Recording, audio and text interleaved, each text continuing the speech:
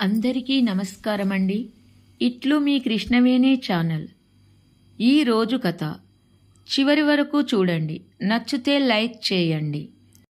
ఇప్పుడు కథను తెలుసుకుందాం. ఈ పక్షి చెప్పిన విషయాలు మనం పాటిస్తే ఎప్పుడూ మోసపోము. చాలా రోజుల క్రితము ఒక రాజ్యంలో ఒక రాజు ఉండేవాడు. అతడు చాలా ధర్మాత్ముడు, ప్రేమగుణం గలవాడు. అతని మందిరంలో ఒక పక్షి జీవిస్తూ ఉండేది. ఆ పక్షి అంటే రాజుకు చాలా ఇష్టము. రాజు పక్షితో చాలా స్నేహంగా ఉండేవాడు. పక్షితో చాలా స్నేహంగా ఉండడం వలన ఆ పక్షి అక్కడే తన గూటిని నిర్మించుకొని జీవిస్తుంది. చాలా రోజుల తర్వాత ఆ మహారాజుకు ఒక కుమారుడు జన్మించాడు. రాజుతో చాలా స్నేహంగా ఉన్న పక్షికి కూడా ఒక గుడ్డును పెట్టింది. అది పక్షిగా జన్మించింది. ఆ పక్షి దానిని చాలా ప్రేమించేది. దాని పిల్లతో సమానంగా రాజు యొక్క పుత్రుణ్ణి కూడా చాలా ప్రేమగా చూసుకునేది. దాని పిల్లతో సహా రాజుపుత్రుణ్ణి కూడా ప్రేమించేది. ఆ పక్షి రోజు ఆహారం కోసం బయటకు వెళ్ళేది. ప్రతిరోజు తన పిల్లతో పాటు రాజుగారి కుమారునికి కూడా ఆహారం తెచ్చేది. ఏ పండు తెచ్చినా 2 తెచ్చి ఒకటి తన పిల్లకు, రెండవది రాజుగారి కుమారునికి ఇచ్చేది. ఇలా చాలా కాలం గడిచింది. ఒకరోజు పక్షి రోజులాగానే ఆహారం కోసం బయటకు వెళ్ళింది. రాజుగారి దగ్గర పనిచేసే దాసి రాజు యొక్క కుమారుణ్ణి తీసుకొని గూటిలో ఉన్న పక్షిపిల్ల దగ్గరకు వస్తుంది. ఆ పిల్లవాడు ఆడుకోవడానికి గూటిలో ఉన్న పక్షిపిల్లను ఆ రాజకుమారుడికి ఇస్తుంది. ఆ పిల్లవాడు ఆ చిన్న పక్షితో ఆడుతూ దాని యొక్క గొంతు పట్టుకుంటాడు. ఆ చిన్న పక్షిపిల్లను గొంతును పట్టుకొని నొక్కుట వలన ఊపిరి ఆడక ఆ పక్షిపిల్ల మరణిస్తుంది. ఇక సాయంత్రం అయినది. ఆ తల్లి పక్షి తన గూటికి తిరిగి వస్తుంది. గూటికి వచ్చి చూడగా దానికి తన పిల్ల పక్షి కనిపించలేదు. చుట్టూ చూసింది, అంతటా వెతికింది, కానీ దాని పిల్ల మాత్రము ఎక్కడా కనిపించలేదు. అంతలోనే అటూ ఇటూ చూడగా రాజు యొక్క కుమారుని చేతిలో ఆ పక్షిపిల్ల కనిపించింది. కానీ ఆ పక్షిపిల్ల మరణించింది. ఆ పక్షికి చాలా బాధ కలుగుతుంది, చాలా ఏడుస్తుంది. ఏం చేయాలో ఆ పక్షికి అర్థం కాలేదు. అక్కడే ఉన్న రాజును చూస్తుంది. ఓరి దుర్మార్గుడా, ఓరి దుష్టుడా, నీవు నా పక్షిపిల్లను నీ యొక్క కుమారుని చేతిలో చంపించావు. నీవు ధర్మప్రభువు అంటారు గదా. శరణు కోరిన వారిని, ఆకలిగా ఉన్నవారిని, శత్రువులు వెంటపడుచున్న వారిని మరియు మీ ఇంట్లో ఉంటున్న వారిని ఎప్పుడూ రక్షించాలని నీకు తెలియదా? ఇలా రక్షించనివాడు కుంభీ నది ప్రాంతంలో పడతాడని నీకు తెలియదా అని చాలా ఏడుస్తూ కోపంతో ఊగిపోతూ 2 రెక్కలతో ఆడుచూ ఆ రాజు యొక్క కుమారుని 2 కన్నులలో తన ముక్కుతో పొడిచి గ్రుడ్డివాణ్ణి చేసింది ఆ పక్షి. ఆ విధముగా చేసిన ఆ పక్షిపై రాజుకు చాలా కోపం వచ్చింది. కానీ రాజు ఒక్క క్షణం ఆలోచించాడు. అయ్యో, నా పుత్రుడు గ్రుడ్డివాడయ్యాడు, కానీ ఆ పక్షిపిల్ల మరణించింది. కనీసం నా కుమారుడు ప్రాణాలతో అయినా ఉన్నాడు అని ఆలోచించి తనకు వచ్చిన కోపమును తగ్గించుకున్నాడు. రాజు పక్షితో ఇలా అంటున్నాడు, ఓ పక్షిరాజా, నీవు ఏదైతే చేశావో అది బాగానే చేశావు. దానివలన నాకు బాధ లేదు. కానీ ఎవరైనా కర్మలు అనుభవించవలసినదే.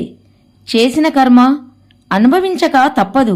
కనుక ఓ పక్షి, నీవు ఎప్పటిలాగే స్నేహముగా రాజమందిరంలోనే ఉండు అన్నాడు రాజు. అలా అనగానే అప్పుడు పక్షి, ఓ మహారాజా, నా పిల్లపైన నాకు ఎంత ప్రేమ ఉంటుందో అంతే ప్రేమ నీ కుమారుడిపై ఉంటుంది. నేను నీ కుమారుణ్ణి నేత్రాలు లేకుండా చేశాను. చాలా అపరాధం చేశాను. అందువలన నేను రాజమందిరంలో ఉండలేను. మహారాజా, దురాలోచనతో ప్రక్కనే ఉండే మిత్రుణ్ణి, మనము జీవించడానికి అనుకూలంగా లేని రాజ్యాన్ని, అందరికీ సమానంగా న్యాయం చేయలేని రాజుని, మనని గౌరవించక మర్యాద చేయలేని బంధువులను, దుష్టమైన ఆలోచన చేసే పుత్రుణ్ణి, ఎప్పుడూ అనుమానిస్తూ ఉండే భార్యని కానీ భర్తను కానీ, ఇలాంటివి ఉన్న సంబంధాలను మనము దూరంగా ఉంటే మంచిది. వాటిని విడిచిపెట్టాలి. ఓ మహారాజా, దుష్టుడైన మిత్రునితో నమ్మకమైన మంచి స్నేహము ఎప్పటికీ లభించదు. ఓ మహారాజా, వీరికి దూరంగా ఉంటూ విడిచిపెట్టాలి. ఓ మహారాజా, దుష్టుడైన మిత్రునితో మంచి నమ్మకమైన స్నేహము ఎప్పటికీ లభించదు. అలాగే అబద్ధాలు చెప్పి మోసం చేసే భార్యతో గాని లేదా భర్తతో జీవితంలో ఎప్పుడూ సుఖం లభించదు. దుష్టుడైన పుత్రుని వలన మనం మరణించిన తర్వాత పిండము లభించదు. పిండం లభించకపోతే మోక్షము లభించదు. ఇలాంటి వారితో జీవితంలో కష్టాలు కలుగుతాయి. దురాలోచనతో ఉండే రాజు వద్ద న్యాయం లభించదు. రాజ్యంలోని ప్రజలు ఇలాంటి రాజు వలన ఎప్పుడూ భయంగానే బ్రతుకుతారు. మహారాజా, మరియు ఒక్కసారి మోసం చేసిన వానిని మళ్ళీ నమ్మి జీవిస్తారో అలాంటి వారు ఎల్లప్పుడూ భయపడుతూ ఉంటారు. ఎందుకంటే ఎప్పుడు ఏం జరుగుతుందో జీవితంలో వారికి తెలియదు. శత్రువుతో కలిసి జీవించడం మంచిది కాదు. ఒక్కసారి శత్రువుతో కలిసి జీవిస్తే వారు ఎంత మంచిగా మారినా, మనము వారితో జీవిస్తే వారిలో మొదట ఉన్న శత్రుత్వం ఆలోచనలు మాసిపోవు. అవి ఏ క్షణంలోనైనా బయటపడి మనను ఏమైనా చేయవచ్చు. మహారాజా, అందువలన అప్పును, శత్రువును, అగ్నిని అప్పుడే తొందరగా వాటిని ముగించేయాలి. వాటితో ఏ బంధాలను పెట్టుకోవద్దు. ఎందుకంటే ఇవి కొద్దిగా మిగిలినా మళ్ళీ పెరిగి మనను నాశనం చేస్తాయి. దీనికి ఉదాహరణగా మనకు అవసరం లేని చెట్టును కొద్దిగా నరికినా అది మళ్ళీ వర్షం పడగానే పెరగడం మొదలు పెడుతుంది. అందువలన శత్రువును, అగ్నిని, అప్పును జీవితంలో సమూలంగా నాశనం చేసి వాటికి మనము దూరంగా ఉండాలి. లేకపోయినచో అవి మన జీవితాన్ని నాశనం చేస్తాయి. ఒకవేళ మన శత్రువుతో కలిసి పని చేయవలసి వచ్చినా మనము వారిని మొత్తము నమ్మవద్దు. కొందరు మనపై చెడుగా ఆలోచిస్తూ మన ముందు నవ్వుతూ మనలను పొగుడుతూ ఉంటారు. అలాంటి వారికి దూరంగా ఉండాలి.